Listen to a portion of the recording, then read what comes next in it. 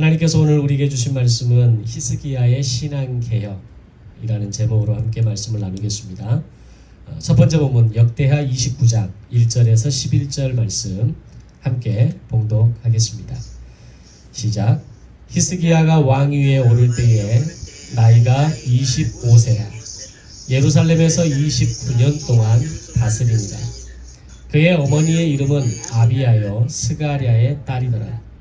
히스기야가 그의 조상 다윗의 모든 행실과 같이 여호와 보시기에 정직하게 행하여 첫째 해 첫째 달에 여호와의 전 문들을 열고 수리하고 제사장들과 레위 사람들을 동쪽 광장에 모으고 그들에게 이르되 레위 사람들아 내 말을 들으라. 이제 너희는 성결하게 하고 또 너희 조상들의 하나님 여호와의 전을 성결하게 하여 그 더러운 것을 성소에서 없애라. 우리 조상들이 범죄하여 우리 하나님 여호와 보시기에 악을 행하여 하나님을 버리고 얼굴을 돌려 여호와의 성소를 등지고 또 낭실 문을 닫으며 등불을 끄고 성소에서 분향하지 아니하며 이스라엘의 하나님께 번제를 드리지 아니하므로 여호와께서 유다와 예루살렘에 진노하시고 내버리사 두려움과 놀람과 비웃음거리가 되게 하신 것을 너희가 똑똑히 보는 바라. 이는 이로 말미암아 우리의 조상들이 칼에 엎드려지며 우리의 자녀와 아내들이 사로잡혔느니라. 이제 이스라엘의 하나님 여호와와 더불어 언약을 세워 그 맹렬한 노를 우리에게서 떠나게 할 마음이 내게 있노니 내 아들들아 이제는 게으르지 말라. 여호와께서 이미 너희를 택하사 그 앞에 서서 수종들어 그를 섬기며 분향하게 하셨느니라. 아멘. 두 번째 본문 역대하 31장 1절 같이 읽겠습니다. 시작. 이 모든 일이 끝나매 거기에 있는 이스라엘 무리가 나가서 유다 여러 성읍에 이르러 주상들을 깨뜨리며 아세라 목상들을 찍으며 유다와 베냐민과 에브라임과 므낫세 온 땅에서 산당들과 제단들을 제거하여 없애고 이스라엘 모든 자손이 각각 자기들의 본성 기업으로 돌아갔더라. 아멘. 세 번째 본문 역대하 31장 20절에서 21절 같이 읽겠습니다. 시작. 히스기야가 온 유다에 이같이 행하되 그의 하나님 여호와 보시기에 선과 정의와 진실함으로 행하였으니 그가 행하는 모든 일 곧 하나님의 전에 수종드는 일에나 율법에나 계명에나 그의 하나님을 찾고 한 마음으로 행하여 형통하였더라. 아멘. 지난주 말씀을 함께 나누면서 역대기 속에 등장하는 핵심적인 세 사람을 꼽으라고 할 때 그 세 사람은 다윗과 솔로몬 그리고 히스기야라고 말씀을 드렸습니다. 먼저 역대상에서는 성전 건축을 준비하는 다윗에 대한 이야기를 중심으로 기록됩니다. 그리고 역대하에서는 성전 건축을 실행하는 솔로몬에 대한 이야기를 중심으로 각각 다윗의 길과 성전 건축을 통한 제사장 나라의 충성도에 포커스를 맞추어서 역대상, 역대하의 기록이 자세하게 기록되어져 갑니다. 그리고 세 번째 이야기는 다윗과 솔로몬의 기록의 분량과는 비교할 수 없지만 바로 히스기야의 이야기가 기록되어 있습니다. 물론 히스기야 외에도 분열 왕국의 39명의 왕들 가운데에는 4명의 선한 왕들이 더 있었습니다. 아사 왕이 그러했고 여호사밧 그리고 요아스, 요시야 이렇게 4명의 왕들이 사실은 히스기야 못지않게 사실은 제사장 나라의 충성도를 높였고 또 그 일을 위해서 신앙의 개혁을 주도했던 그런 왕들이 존재합니다. 특히 아사의 뒤를 이었던 여호사밧이라는 왕은 아버지가 개혁을 완전히 마무리하지 못하고 뒤로 가면서 흐지부지하는 모습을 여호사밧이 왕이 되면서 다시 다윗의 길로 돌이키는 데 있어서 아주 주도적인 역할을 했던 왕이 여호사밧입니다. 더 나아가 여호사밧 이 시대에는 남유다 역사상 가장 안정적인 시기였다라고 말할 수 있습니다. 국방은 튼튼했고 우상을 척결했고 아버지 아사가 정리하지 못했던 일 중에 하나가 바로 남색하는 자, 즉 동성애자들을 축출하지 못했던 그 일을 바로 여호사밧이 완성하게 됩니다. 또한 제사장들과 레위인들로 구성된 율법교육 전담팀을 만듭니다. 그래서 남유다 전역에 이 율법교육 전담팀들을 보내서 남유다의 모든 백성들이 율법교육을 완수하는데 아주 성공적인 모델을 보여주는 왕이 여호사밧입니다. 이렇게 제사장 나라의 충성도를 높였던 여호사밧에 대해서도 하나님은 레위기의 약속을 그대로 지켜주십니다.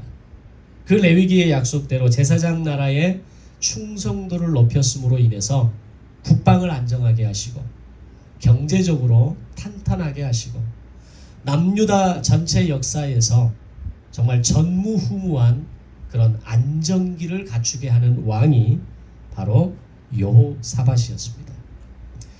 또한 견고한 요새를 갖추었고 국고성을 갖추었고 상비군과 예비군을 합쳐서 116만의 대군을 키우는데 전력을 다했던 왕이 바로 여호사밧입니다.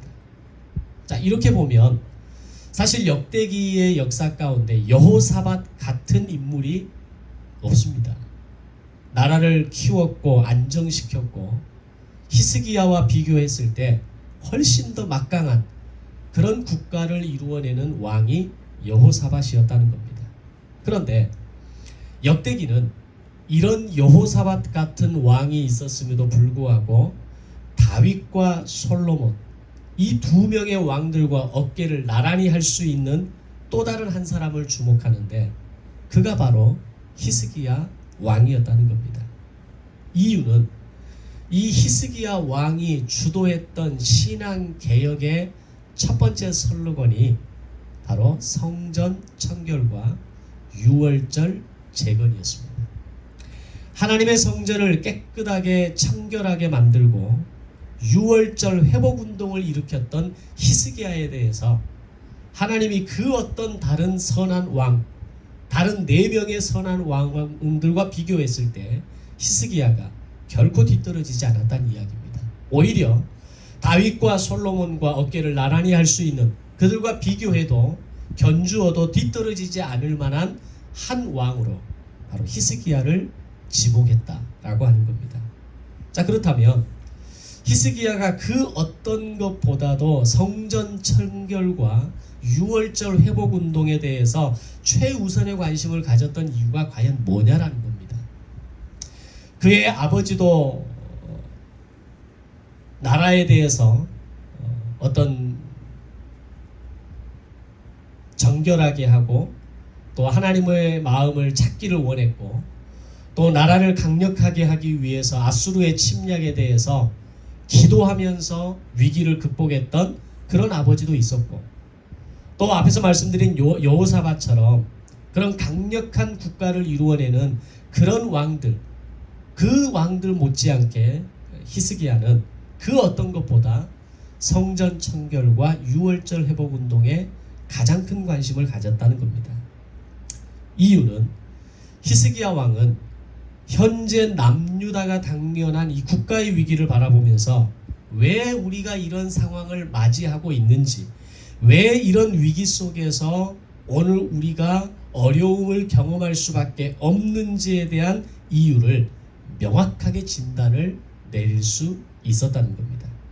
그것이 오늘 첫 번째 본문 역대하 29장 6절 이하에 보면 백성들이 하나님을 제대로 섬기지 않았기 때문이고 그로 인해서 하나님께서 남유다와 예루살렘에 대해서 진노하신 것이라고 히스기야는 이야기합니다. 즉 오늘 나의 삶에, 오늘 우리의 환경에, 오늘 우리의 이 국가의 위기가 그냥 운이 없거나 단지 그냥 자연스러운 현상이거나 어려움이 있는 이것에 대해서 어떤 또 다른 그런 어떤 과학적인 정치적인 논리적인 이유를 찾아가는 것이 아니라 바로 하나님을 제대로 섬기지 않았기 때문에 이 남유다의 위기가 아수르의 침략과 그 위기 가운데에서 나라가 멸망할 수밖에 없는 상황 가운데 처했다라는 것을 히스기야 왕은 깨달았던 겁니다. 그의 아버지는 이 위기를 애굽의 손을 잡아서 애굽과의 동맹을 통해서 위기를 극복하려 했지만 히스기야는 오늘 이 국가의 위기가 하나님을 제대로 섬기지 않았기 때문이라는 것을 분명히 알고 이 위기를 극복하기 위해서는 성전을 청결하게 하고 유월절을 회복하는 것이 바로 오늘 우리가 회복해야 될 첫 번째라는 것을 히스기야는 깨달았던 겁니다. 그리고 11절에서 레위인들을 향해서 이렇게 외칩니다. 내 아들들아, 이제는 게으르지 말라. 여호와께서 너희를 택하사 그 앞에 서서 수종들어 그를 섬기게 분향하게 하셨다. 아멘. 즉 너희 레위인들이 해야 될 일은 지금 너희들의 생계를 위해서 그렇게 일하고 수고하고 그렇게 몸부림치는 인생이 너희들의 삶의 목표이고 내용이가 아니라 하나님 앞에 나아가서 하나님이 너희를 택하셔서 레위인이라는 직분을 주신 것은 너희가 하나님을 섬기며 분향하는 일을 하게 하신 것이라는 것을 알아라 라고 하는 것이었습니다. 실제 당시에 이 제사장과 레위인들은 그들이 먹을 것이 없어서 생계를 위해서 그들의 생업을 위한 일들에 그의 전 시간을 쏟아붓는 상황이었습니다. 나라가 안정되지 못했고 하나님을 제대로 섬기지 않았기 때문에 하나님 앞에 드려야 할 예물과 헌금과 11조가 사라지고 없었던 겁니다. 결국 제사장과 레위인들이 먹을 것이 없으니까 거리로 나갔고 생업의 현장으로 나갔고 그로 인해서 제사장과 레위인들이 감당해야 될 제사를 드리지 못하고 유월절을 지키지 못하는 절기와 명절들을 지키지 못하는 상황을 맞이하고 있었던 겁니다. 바로 그런 상황에서 히스기야는 레위인들을 향해서 너희들의 직분이 뭔가를 알라는 겁니다. 이제는 너희가 하나님을 섬기는 일을 해야 되고 하나님을 분향하는 일을 할 때에 오늘 하나님께서 이 남유다의 위기를 극복하게 하실 것이라는 것을 히스기야는 이야기하고 있는 겁니다. 히스기야의 이 말에 대해서 모든 레위인들이 순종하면서 그들이 보였던 행동은 성전에 있는 모든 더러운 것들을 몰아내기 시작합니다. 그리고 성전 기물들을 깨끗하게 하고 속죄 제물을 드리고 하나님을 찬송하며 성전으로 돌아가서 성전을 섬기는 일에 본격적으로 뛰어들게 되는 겁니다. 즉 히스기야의 개혁은 레위인들을 중심으로 여호와의 절을 성결하게 하고 또 유월절 명절의 부활로 이어지는 개혁이었다는 겁니다. 이렇게 시작된 유월절 명절에 참석한 백성들은 감격과 기쁨으로 나아갑니다. 그 유월절 명절이 얼마나 좋았던지 이 유월절은 사실은 7일을 지키면 되는 겁니다. 그런데 이 유월절 명절이 정말 오랜만에 지켜지고 이 유월절을 통해서 하나님이 주시는 감격과 기쁨과 은혜를 경험하면서 그들이 결단했던 것은 다시 7일을 더 결단합니다. 우리가 여기서 유월절 명절을 멈추지 말고 2주 동안 유월절을 지켜내자라고 하는 결단으로 나아가고 있었던 겁니다. 바로 이 2주간의 시간이 히스기야가 남유다를 제사장 나라로 개혁을 단행하는 놀라운 계기가 되어지게 됩니다.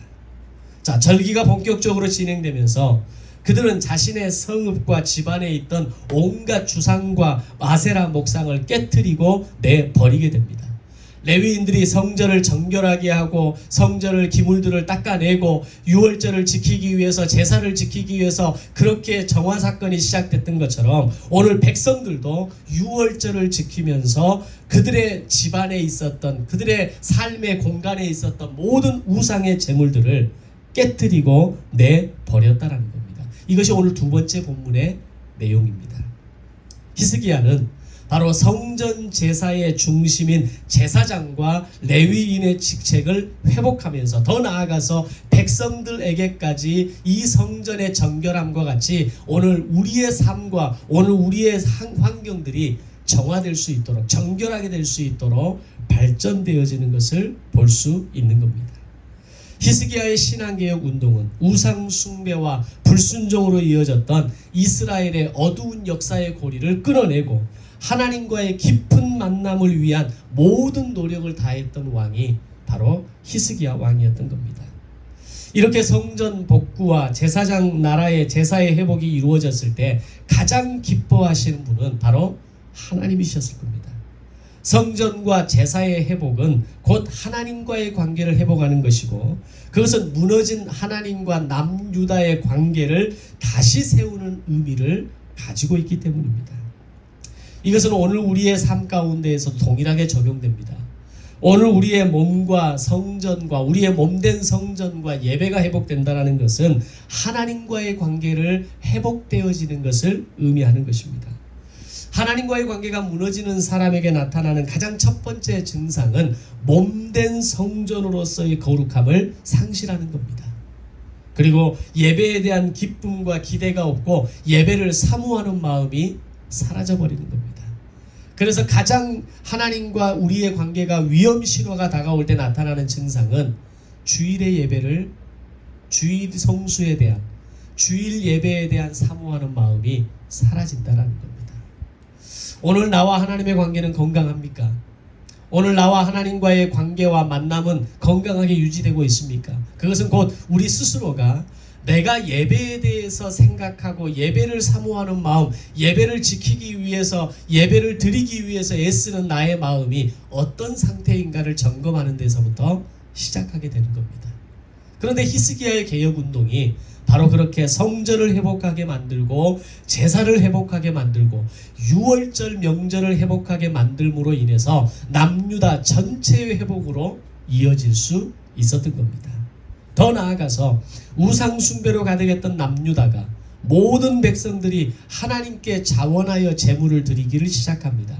무슨 말이냐면 그들이 우상에 집중할 때에는 우상의 제물을 드리고 우상을 사 모으고 우상의 형상들을 자기의 집안에 드리는 어떤 그것이 우선순위였기 때문에 하나님께 제물을 드리는 것에는 인색해졌던 겁니다. 그런데 우상을 척결하기 시작하고 우상을 내버리기 시작하고 우상을 깨뜨리기 시작하면서부터 그들이 흘렸던 잘못 사용했던 제물들이 하나님께 자원하여 드리는 제물로 올려드리게 되었다는 겁니다. 심지어는 어떤 상황까지 벌어졌냐면 제사장이 부족해서 짐승의 가죽을 벗기지 못하는 사태까지 벌어지게 됩니다. 이것이 히스기야의 개혁운동이 있기 전에 남유다의 실상입니다. 백성들은 제물을 드리지 않았고 백성들은 짐승을 데리고 오지 않았고 그 짐승을 데리고 온다 할지라도 제사장들과 레위인들이 다 생업의 현장으로 나가버려서 제사를 준비하고 제사를 돕고 심지어는 짐승의 가죽을 벗기는 일조차도 할 수 있는 사람들이 남아있지 않았던 겁니다. 그런데 히스기야의 개혁운동이 성전 정결, 제사 회복, 유월절 회복으로 이어지면서 제사장들이 짐승의 가죽을 벗길 수 있을 만큼의 일들이 들어오기 시작했고 백성들이 자원하여 제물을 드림으로 인해서 제물들이 넘치는 상황들이 만들어지게 되었다라는 겁니다. 이런 상황에서 레위인들이 발벗고 나서서 함께 가죽을 벗기고 제사를 준비하고 나무를 준비하고 물을 떠다 날라서 바로 제사장 나라의 중심이었던 제사의 회복이 바로 남유다에 다시 시작되는 모습을 갖추게 되었던 겁니다. 이처럼 히스기야의 신앙개혁이 그 어떤 왕들의 개혁보다 앞서고 뛰어났던 것은 바로 그의 개혁은 성전의 회복, 제사의 회복, 유월절의 회복으로 이어졌다는 것입니다. 이렇게 히스기야 왕은 16일에 걸쳐서 예루살렘 성전을 정화하고 남유다 백성들을 예루살렘 성전으로 모이게 한 후에 하나님께 번제와 속죄제를 드리고 백성들로 하여금 희생제물과 감사제물을 바치게 했습니다. 그리고 히스기야 왕은 북이스라엘에게 연락을 해서 북이스라엘과 남유다 백성들이 모두 한 마음으로 함께 모여서 제사장 나라의 핵심 절기인 유월절 명절을 지낼 엄청난 프로젝트를 구상하게 됩니다.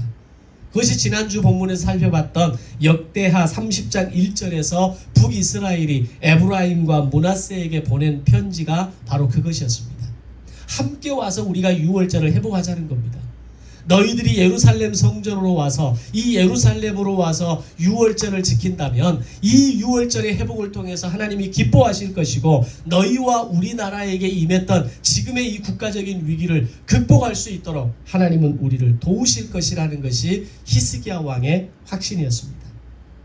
그런데 이런 히스기야의 멋진 이야기가 실제 분열 왕국을 다루었던 열왕기에는 다루지 않습니다. 히스기야에 이런 얘기가 나오지 않는다는 얘기입니다. 왜 그러냐면 포로기 이전의 역사관은 히스기야 왕이 유월절을 어떻게 지키려고 했는가에 대한 관심이 없습니다. 유월절을 지키려 했던 히스기야 왕의 노력과 그의 결단이 그들에게는 중요하지 않았던 겁니다. 왜냐하면 자신들의 추수 시기와 관련이 있는 77절과 초막절은 겨우겨우 지켜냈지만 제사장 나라의 근본이고 하나님의 용서와 구원의 의미를 담고 있는 유월절은 분열 왕국 이후에 어느 때부터 그들에게 더 이상 중요한 명절이 아니었기 때문입니다.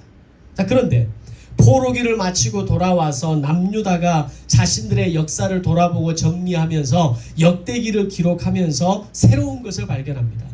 바로 히스기야의 개혁이 다른 왕들의 개혁과 비교했을 때 무엇이 월등했는지, 어떻게 월등했는지를 그때서야 발견하게 됩니다.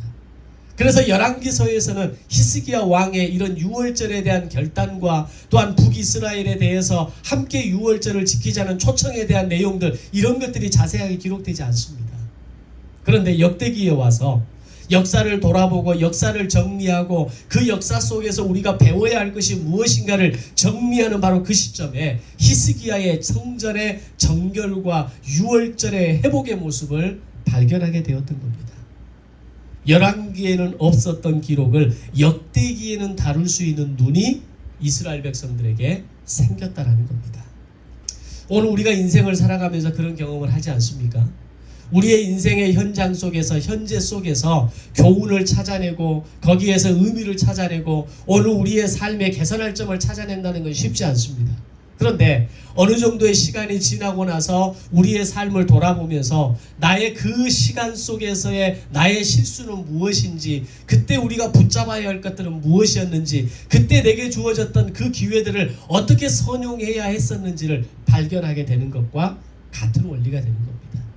그러면서 역대기는 바로 이스라엘 백성들에게 또 하나의 선물이 되었고, 이 역대기의 기록을 바라보면서 히스기야의 개혁을 바라보면서 오늘 우리의 삶을 정결하게 하고 오늘 우리의 예배를 회복하고 하나님 앞에 절기의 자세로 나아가는 것이 왜 중요한지를 깨닫게 될 수 있는 것입니다. 히스기야 왕은 이렇게 유월절 절기가 얼마나 중요한 절기인지 알았기에 자신들이 지키는 것뿐만 아니라 북이스라엘에 초대장을 보내서 출애굽 때 시작된 유월절을 함께 드리자라고 이야기했던 겁니다. 그런 히스기야의 영혼이 에브라임과 므낫세에게 보낸 편지였고, 단에서부터 브엘세바까지 모든 하나님의 백성들이 함께 유월절을 지키자고 공포했던 겁니다. 또한 히스기야 왕에게 북이스라엘에 대한 이 제안이 중요한 이유는 하나님께서 세우신 제사의 3대 원칙을 히스기야가 알았던 겁니다. 그 3대 원칙이 뭡니까? 첫 번째는 제물을 드리고 나아가는 겁니다. 두 번째는 제사장의 도움으로 제사를 드리는 겁니다. 세 번째는 여호와의 이름을 두기 위해 택하신 곳, 그 거룩한 곳에서 제사를 드리는 것이 3대 원칙입니다. 이 제사의 3대 원칙은 하나님께서 레위기에서 아론의 첫 제사를 받으시면서 말씀하신 내용이었습니다. 이 원칙이 지난 2000년의 시간 동안 유지하게 하시는 법이었다는 겁니다. 이것은 오늘 우리의 예배의 정신에도 아주 중요하게 작용합니다. 예배를 드릴 때는 반드시 제물을 가지고 나아가야 합니다. 제물 없는 예배, 예물 없는 예배는 온전하지 않는 예배라는 겁니다. 그래서 우리의 자녀들에게 어릴 때부터 예배와 예물은 반드시 점검해 주어야 합니다. 자신이 직접 주정헌금을 준비하고 직접 드릴 수 있도록 가르쳐야 합니다. 그것은 물질과 몸과 마음을 함께 드리는 것으로 전 인격적인 헌신을 의미하는 훈련이기 때문입니다. 지난주에 우리미가 감사헌금을 드렸더라고요. 자신이 쓴 범사에 감사합니다. 그 글자를 아주 큼지막하게 써서 헌금을 드렸어요. 물론 할머니가 위에 써준 것을 위에 아마 그 헌금 봉투에 그대로 따라가서 하지 않았나 그런 생각도 듭니다. 근데 그게 훈련이라는 거죠.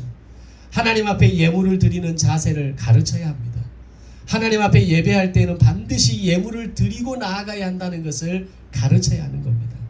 히스기야는 이 제사의 첫 번째 원칙을 알았던 겁니다. 또한 제사장의 도움으로 제사를 드렸듯이 목회자의 집례를 통해서 예배가 드려져야 합니다. 목회자는 예배와 설교의 전문의 영역이기 때문입니다. 그러기에 성도는 예배와 설교에 대해서는 그 영역을 지켜줄 수 있도록 노력해야 합니다. 목회자는 예배가 소홀하지 않도록, 우리의 편의에 따라 예배가 드려지지 않도록, 단순히 성도의 교제로만 끝나지 않도록, 축복과 평안을 이야기하는 자리로만 끝나지 않도록 준비해야 합니다. 그리고 세 번째 의미처럼 여호와의 이름을 두려고 택한 곳, 즉 거룩한 처소로 나와야 한다는 겁니다. 오늘날의 예배 장소가 구약의 성막과 성전의 개념과는 다르지만 건물로서의 성전의 기능은 예수 그리스도로 완성되어졌지만 오늘 우리가 예배하기 위해 모이는 이 장소는 약속된 장소이고 부별된 장소이고 거룩한 장소여야 한다는 겁니다. 코로나 시대가 우리를 위축되게 만들었고 두렵게 만드는 요소가 됐지만 동시에 우리에게 주신 또 하나의 은혜가 있다면 바로 여러분이 지금 예배드리는 그 장소가 각 가정이 예배의 처소로 거듭나는 은혜를 주셨다는 것을 알아야 하는 겁니다. 그래서 비록 온라인으로 드리는 상황이라 할지라도 화면 속에서 만나는 예배라 할지라도 지금 여러분이 예배드리는 여러분의 가정이, 여러분의 거실이, 여러분의 주방이 여호와의 이름을 두려고 택하신 거룩한 곳이 되어야 한다는 겁니다. 바로 이 세 가지 원칙이 히스기야 왕에게 분명하게 있었기 때문에 히스기야 왕은 남북 분열 왕국의 상황에서도 북왕국 이스라엘을 초대하면서 여호와의 이름을 두려고 택하신 곳, 이곳 예루살렘으로 와서 함께 제사를 드리고 함께 유월절을 드림으로 제사장 나라의 거룩한 시민임을 재확인하자는 거였습니다. 그래서 하나님의 용서, 이웃과의 나눔, 민족과의 평화가 이루어지는 결단을 히스기야 왕이 했던 겁니다. 사실 북이스라엘이 멸망하게 된 결정적인 이유는 이 세 가지가 무너졌기 때문이었습니다. 그들은 재물을 가지고 나아가지 않았습니다. 진짜 제사장의 도움을 거절하고 가짜 제사장을 세워서 제사를 드리려 했습니다. 여호와의 이름을 두려고 택하신 곳이 아닌 짝퉁 제단을 만들어서 북이스라엘 백성들이 예루살렘으로 내려가지 않고 북이스라엘에서 절기를 지키도록 만들었던 겁니다. 바로 이 세 가지 실수가 북이스라엘을 멸망하게 만들었던 결정적인 이유라는 것을 우리는 알아야 합니다. 오늘 우리의 삶이 건강하고 우리의 신앙이 건강하고 오늘 우리의 믿음이 건강하게 유지될 수 있는 비결은 이 세 가지 원칙을 지키는 겁니다. 몸된 재물과 오늘 우리의 어떤 이 몸과 마음과 우리의 삶의 시간들을 제물로 드리고 나가는 겁니다. 나의 물질을 구별하여 하나님께 드리는 겁니다. 이제 목회자의 도움을 통해서, 목회자의 돌봄을 통해서 하나님을 예배하고 말씀을 알아가고 말씀을 공부하는 이 원리가 삶 속에 있어야 합니다. 여호와 이름을 두려고 택하신 그 거룩한 곳, 오늘 우리가 예배드리는 이 장소든 여러분이 지금 예배하고 있는 여러분의 가정이든 거실이든 주방이든 그 모든 것이 하나님의 거룩한 처소로 준비될 수 있어야 하는 겁니다. 이 세 가지 원칙만 제대로 지켜낼 수 있다면 오늘 우리의 예배는 몸된 성전으로서의 예배, 우리의 몸과 마음과 정성을 다해 드리는 예배가 될 수 있는 겁니다. 물론 이런 히스기야의 노력에도 불구하고 북이스라엘이 국가적인 차원에서 히스기야의 개혁운동에 동참하지는 않습니다. 국가적인 차원에서 북이스라엘이 다 함께 내려와서 히스기야와 함께 남유다 백성들과 함께 유월절 명절을 지키지는 않습니다. 그런데 비록 소수이긴 하지만 북이스라엘의 백성들 중에 일부가 히스기야의 요청을 받아들입니다. 그리고 남유다로 내려와 함께 유월절을 지키는 감격적인 모습이 만들어지게 됩니다. 이걸 하나님이 기뻐하신 겁니다. 온 민족이 하나가 되어서 민족과의 평화를 이루기 위해서 함께 유월절 명절을 지키는 이걸 하나님은 기대하셨거든요. 그래서 르호보암을 견제하기 위해서 여로보암에게 10지파를 붙여서 북이스라엘을 운영할 수 있는 힘을 주셨던 겁니다. 근데 여로보암은 오히려 그 힘을 자신의 힘으로 생각하고 남유다로 내려보내지 않고 예루살렘으로 내려보내지 않고 가짜 제사장들을 세워서 그렇게 자신들의 권력과 입지를 유지하려 했던 겁니다. 그런데 히스기야의 요청에 대해서 일부 소수의 북이스라엘 사람들이 함께 내려와 유월절을 지켰다. 이건 하나님의 입장에서 봤을 때, 하나님의 관점에서 봤을 때 어마어마한 회복이 되는 겁니다. 내가 너희들에게 기대한 것이 네가 알고 있었구나. 히스기야 네가 깨닫고 있었구나. 이것을 하나님은 인정하고 있는 겁니다. 그렇게 유월절을 지키는 시간이 얼마나 행복하고 좋았겠습니까? 그 시간이 너무 좋고 그 시간이 너무 기쁘니까 7일을 더 연장해서 유월절을 14일 동안 지키는 결단을 해냈던 겁니다. 물론 그 가운데는 실수도 있었습니다. 유월절을 너무 오랜만에 절기를 지키면서 유월절 양을 먹는 규례가 있는데 그 규례를 제대로 지키지 못합니다. 할례를 경험한 사람들이 이 유월절 명절의 음식을 먹어야 되는데 그렇지 않은 부정한 사람들이, 이방인들이 이 유월절 음식을 먹는 일이 일어나 버리게 됩니다. 히스기야 왕이 급히 중보기도를 드리면서 하나님의 마음을 만져드리고 무마시켜드리는 그런 해프닝도 있었습니다. 그런데 어쨌든 결과적으로는 매우 성공적인 남북 연합 공동체의 유월절은 아니었지만 남과 북이 하나 되어 하나님께 유월절을 지켜드리는, 그래서 감사와 기쁨과 감격이 있는 유월절을 지켜냈다라는 겁니다. 그렇게 14일에 걸친 유월절 행사를 모두 마치고 모든 성읍에서는 우상들이 모두 척결됩니다. 그것을 기록하는 본문이 오늘 두 번째 본문의 내용입니다. 감격적인 14일 동안 유월절을 마치고 소수의 북이스라엘 백성들도 다시 자기 집으로 돌아갈 때 이런 모습을 바라보시는 하나님의 마음이 얼마나 기쁘셨겠습니까? 그래, 내가 원하는 게 바로 이거였어요. 내가 여로보암에게 기대했던 게 바로 이거야. 근데 히스기야 네가 내 마음을 아는구나. 지금 이런 마음이 하나님에게 히스기야를 바라보는 눈에 있는 겁니다. 히스기야의 계획은 여기서 멈추지 않습니다. 성전을 회복하고 제사를 회복하고 유월절 명절을 회복한 히스기야는 이어서 제사장 나라에 걸맞는 나라 조직을 정비합니다. 그리고 제사장 나라 운영을 위해서 특별 헌금을 하고 지속되지 않았던 11조 제도를 다시 확립합니다. 이것은 단지 명분만의 개혁, 일회성의 개혁으로 끝나지 않기 위해서 히스기야는 더 적극적으로 제사장 나라의 조직과 운영을 위한 구체적인 개혁을 실천해내기 시작합니다. 이렇게 히스기야 왕을 비롯해서 모든 백성들이 모범적으로 하나님께 헌금과 11조를 드렸을 때 성전의 재정이 풍성해지고 안정을 되찾게 됩니다. 그로 인해 제사장들과 레위인들이 생계를 위해서 그들이 직분의 자리를 떠나서 생업의 자리에 가 있었던 그들이 다시 직무로 돌아오기 시작합니다. 성전으로 돌아와 성전을 가꾸고 성전에 제사를 드리는 이 모든 제물을 준비하는 일들을 레위인과 제사장들이 모든 시간을 들여서 전적으로 참여하는 결과가 만들어지게 되었다는 겁니다.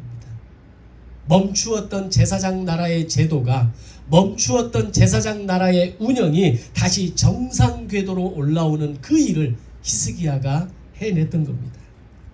성전 재정이 풍성해지자 성전 재정을 보관할 건물을 건축하게 합니다.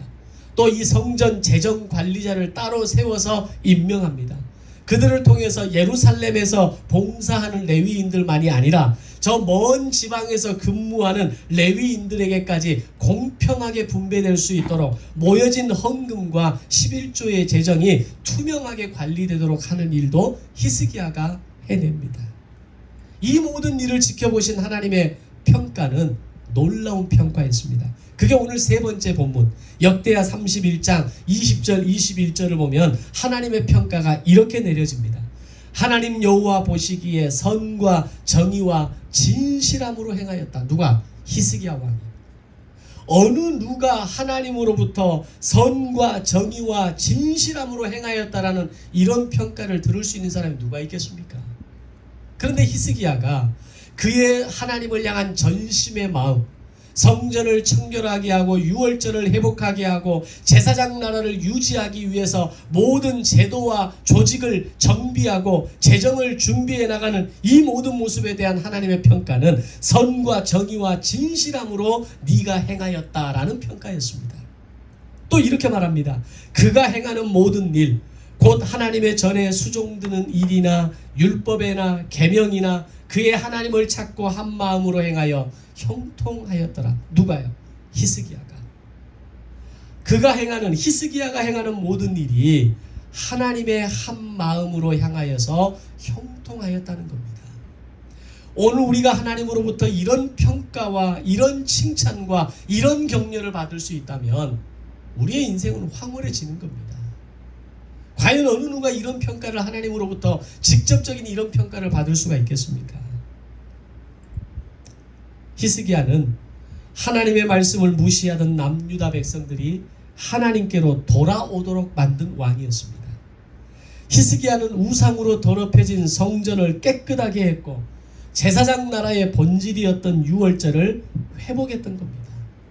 그리고 더 나아가서 제사장들이 신앙 교육과 제사를 준비하고 제물을 드리는 일에 전념할 수 있도록 제사장직의 안정과 회복을 도모했던 겁니다. 하나님께서는 이런 히스기야에 대해서 그를 평가하시고 역대기 기자는 히스기야 왕을 하나님의 뜻대로 행한 위대한 왕으로 진정한 지도자로 평가하고 기록하고 있는 것입니다. 바벨론 포로 70년을 마치고 귀환한 재건 공동체에 대한 하나님의 기대, 그것은 성전 제사가 회복되고 유월절 명절이 회복되는 바로 그런 제사장 나라를 소망하셨던 겁니다.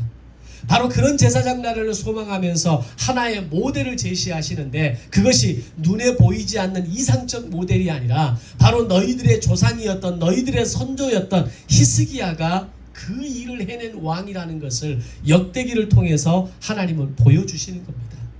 그래서 열왕기에는 기록되지 않은 히스기야의 모델적인 삶과 통치를 역대기에 그대로 녹여냄으로 보여주심으로 인해서 이제 너희가 세워야 할 나라는 이런 나라라는 것을 강조하고 있는 겁니다. 히스기야의 모습을 통해서 오늘 우리의 신앙의 개혁의 출발점이 어디여야 하는가를 우리는 분명하게 알아야 합니다. 먼저 몸된 성전이 청결해져야 합니다. 우리의 몸과 마음이 청결해져야 합니다. 정결해져야 합니다. 내 마음과 내 삶과 내 환경에 놓여있는 모든 우상의 모습들과 모든 그런 우상의 형상들을 다 사라지게 만들어야 합니다. 그 우상이 나에게는 바알이 없고 아세라가 없기 때문에 나에게는 우상이 없다? 아닙니다. 물질이 우상이고 성공이 우상이고 나의 경험이 우상이고 나의 철학이 우상이고 내가 가지고 있는 그 잘난 그 어떤 것들이 나의 우상이라는 것을 알아야 합니다. 그것을 척결하고 그것을 쪼개고 그것을 내어 버릴 때 오늘 히스기야의 개혁이 오늘 우리의 삶 속에서부터 먼저 시작되는 겁니다. 또한 우리의 예배와 예배의 자리가 회복되어져야 합니다. 대면 예배를 드리든 영상 예배를 드리든 우리의 몸과 복장과 우리의 마음과 자세가 준비되어져야 합니다. 그것이 하나님 앞에 드려지는 예배의 자세이고 예배의 원칙이기 때문입니다. 또한 유월절 명절을 통해서 이스라엘이 하나됨을 나아갈 수 있었던 것처럼 예수 그리스도의 십자가의 보혈의 능력이 오늘 우리의 삶 가운데 들어와서 우리의 삶과 정신과 영혼이 하나님 앞에 회복되어져 드리는 예배와 절기가 되어져야 하는 것입니다. 그렇게만 할 수 있다면 히스기야를 향한 평가와 칭찬이 바로 우리를 향한 칭찬과 평가가 되어지게 될 줄로 믿습니다. 히스기야를 통해서 다시 제사장 나라로 세우셔서 250년의 기회가 남유다에게 주어졌다는 것을 우리는 기억해야 합니다. 그 250년의 기회가 바로 바벨론 포로를 마치고 돌아온 이스라엘 백성들에게는 희망의 메시지였을 겁니다. 비록 우리에게 실수가 있고 실패가 있고 연약함이 있지만 제사장 나라를 회복하고 우리의 예배가 회복되고 우리의 절기와 명절이 회복되고 우리가 몸된 성전으로서 정결하게 만들 수 있다면 하나님은 우리에게 영원의 기회를 주시고 천국의 기회를 주시고 우리에게 인생의 소망의 기회를 주실 것이라는 것을 우리는 깨달을 수 있는 것입니다. 사랑하는 성도 여러분, 히스기야의 개혁의 출발점은 성전 청결과 유월절 회복에서부터 시작된 것입니다. 나머지 4명의 선한 왕들이 히스기야 못지않은 업적을 만든 왕입니다. 히스기야 못지않은 어떤 결과물을 만들었던 왕들입니다. 그럼에도 불구하고 하나님께서 히스기야를 눈여겨보셨던 이유는 하나입니다. 성전을 청결하게 하고 유월절을 회복하게 만들었던 것. 하나님이 오늘 우리를 눈여겨보실 만한 이유가 여기서부터 시작되어야 됩니다. 오늘 나의 몸된 성전을 정결하게 하시는 저와 여러분이 되시기를 바랍니다. 오늘 우리의 예배가, 우리의 절기가, 우리의 신앙의 명절이 날마다 회복되어지고 하나님 앞에 성공적으로 드려져서 하나님이 기뻐하시는 인생이 되시기를 주님의 이름으로 축원합니다. 기도하겠습니다. 사랑의 아버지 하나님, 은혜를 감사합니다. 오늘도 우리의 삶 가운데 말씀을 통해 도전하시고 말씀을 통해서 은혜와 위로만 받는 것이 아니라 그 말씀이 우리를 도전하고 우리를 깨우고 때로는 우리를 아프게 할지라도 몸된 성전의 정결함을 시작하게 하시고 하나님 앞에 예배와 절기의 회복이 일어나는 아름다운 신앙의 삶이 되게 하여 주시옵소서.